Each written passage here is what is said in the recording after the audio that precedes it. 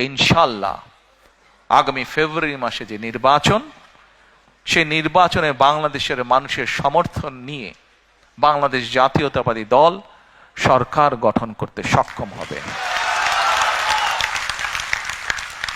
এক মিনিট,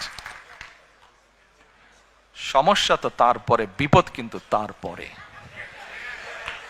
আপনারা যারা খুব খুশিতে তালি দিলেন, হ্যাঁ খুশি আপনারা হতেই পারেন। দেশের মানুষের সমর্থন নিয়ে যদি আমরা ইনশাল্লাহ সরকার গঠন করতে পারি, অবশ্যই আমরা দেশের মানুষের কাছে প্রতি যেরকম আমাদের কৃতজ্ঞতা থাকবে, একইভাবে তাদের কাছে আমাদের দায়বদ্ধতা থাকবে, জবাবদিহিতা থাকবে।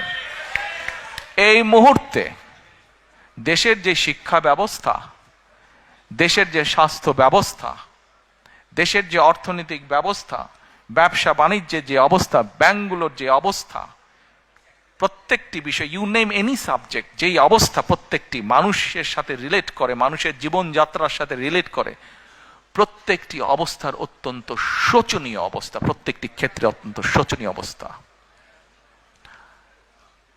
আমরা বিশ্বাস করি, আমরা শহীদ জিয়া, দেশনেত্রী খালেদা জিয়ার সৈনিক যারা, আমরা বিশ্বাস করি ইনশাল্লাহ মানুষের সমর্থন নিয়ে আমরা সরকার গঠন করতে সক্ষম হব। কিন্তু সামনের পথ